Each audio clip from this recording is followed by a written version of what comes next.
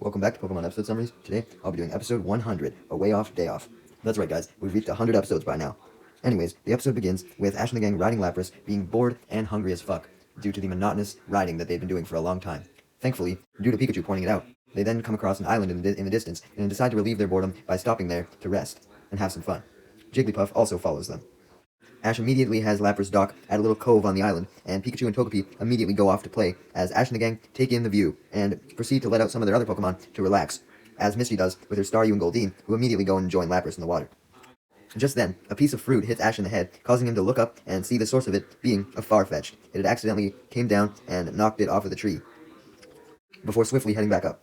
Ash proceeded to use his Pokedex on it, as several more Farfetch'd then appeared as well, revealing that there was a whole flock there. They were currently flying to another island, so Tracy quickly took the time to sketch out the flock before they left. However, his sketch was then cut off as Pikachu and Togepi arrived, carrying some fruit with them. They want to show Ash and the gang the fruit, so they lead them into the forest with all the fruit trees. Ash and Misty immediately spot some yellow fruit and begin to eat it, and recoil in disgust at how sour it was. Shocked that Pikachu and Togepi liked it, as they had brought it back. Tracy then finds the other fruit that Pikachu and Togepi had brought back, though, being an orange one. However, this turned out to just be the riper version of the yellow fruit, and it actually tasted good, as Ash had commented. Being so entranced by this deadly fruit, not actually deadly, I mean deadly good, Ash decided that they should make lunch with the fruit and make a day off out of it. So essentially, they were just going to have a chillax day. Yay, slice of life episode today. Ash and the gang then send out all their Pokemon so they can have a relaxed day as well. Ash sends out his Bulbasaur, Squirtle, Snorlax, Lapras, and even his Charizard. Tracy sends out his Scyther, Meryl, and Venonat, and Misty sends out her Psyduck, as her Goldeen and Staryu and Togepi were already out. Ash and Tracy introduced Scyther to the rest of the Pokemon, as since he was only caught last episode, none of them had met them yet. However, all of the Pokemon seemed to be somewhat afraid of Scyther, and cowered away in fear due to its demeanor. Although not all the Pokemon were scared of Scyther, Charizard was completely indifferent, and Togepi tried to play with it, running up to its leg.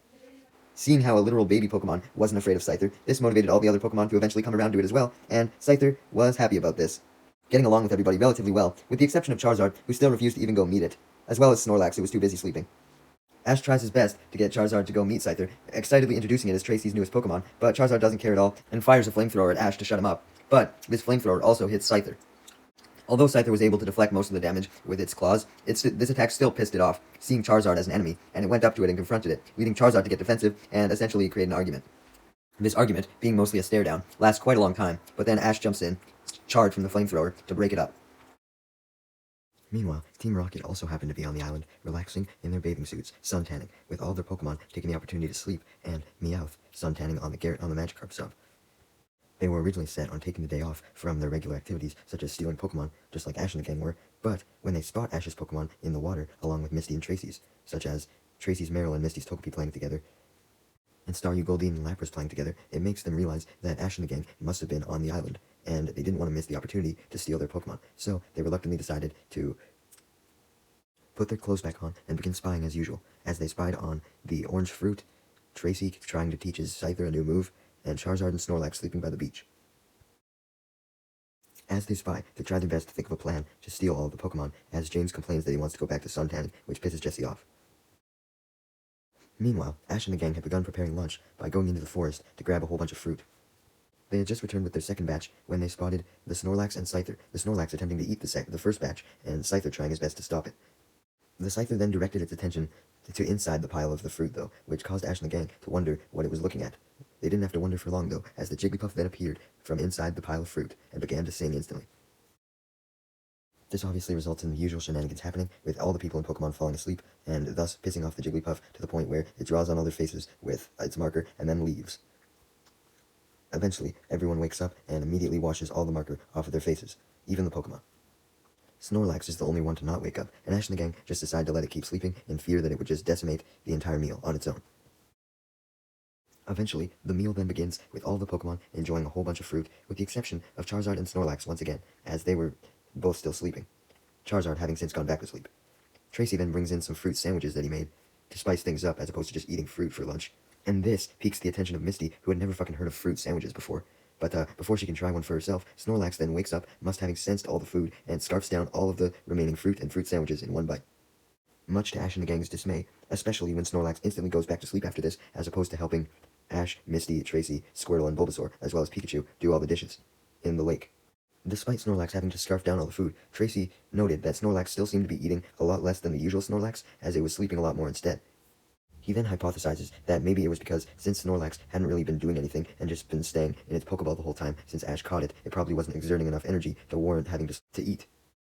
This leads Misty to criticize Ash for not training Snorlax, and him to get embarrassed. But really, how is he supposed to train Snorlax if it threatened to eat everything in its path if he let it out? As they finish the dishes, Meryl and Togepi play. Scyther tries its best to train on a rock, with Charizard observing and criticizing it, which pisses the Scyther off. Later that night, everyone was asleep once again, but Pikachu woke up in the middle of the night and noticed that Ash was nowhere to be found, so it went out to look for him, and eventually found him sitting by the beach, comparing a regular Pokeball with a GS ball. Finally, we were back with the GS ball, trying to figure out what was up with it. Pikachu then comes up to him, and they immediately stop though, instead taking a moment to look at the stars. Ash then pulls out both of his Orange League gym badges, and recalls the battles that he had to have for them, or rather, the challenges that he had to do, and notes how different they were from a regular Kanto gym battle, stating how he hoped that their different methods of challenging him were going to help him out in the long run by giving him more experience with Pokemon overall.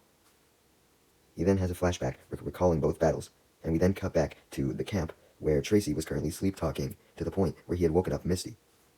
Misty and Tracy are instantly put back into a deep sleep though, along with all of the other Pokemon, as they are hit with a sleep powder which is revealed to be coming from James's Victory Bell. This was their plan, to make sure that Ash and the gang were all asleep so that they could easily steal the Pokemon. Charizard and Scyther did both wake up while the sleep powder was being sprayed, so they did at least see it, but after immediately being hit with it, they fell asleep again as well.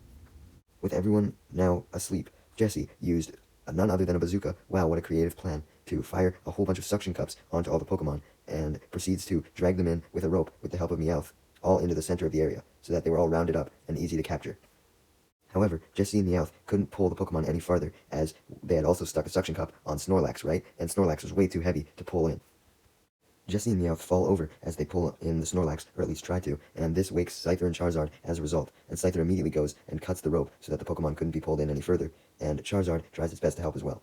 Charizard and Scyther then roar as loud as they can, which manages to wake up all the other Pokemon, as well as Tracy and Misty, and causes Ash to run back to the camp in panic. Team Rocket then reveal themselves by using a grappling hook to go down from the cliff they were standing on, and they proceed to do their motto, revealing their plan of stealing all the Pokemon, but they aren't watching where they're going, being too focused on the goddamn motto, and fall into the tree, as a result, passing out. However, they're quickly woken up themselves, as Meowth comes down to them and scratches them awake, leading them to send out their Arbok and Weezing, and Ash to command his Pikachu to do something. However, Weezing then does its smoke screen, causing smoke to go everywhere. However, Scyther is able to quickly get rid of the smoke, just like it did last episode, by utilizing its Swords Dance attack, and this sends Weezing flying in the process, almost knocking it out.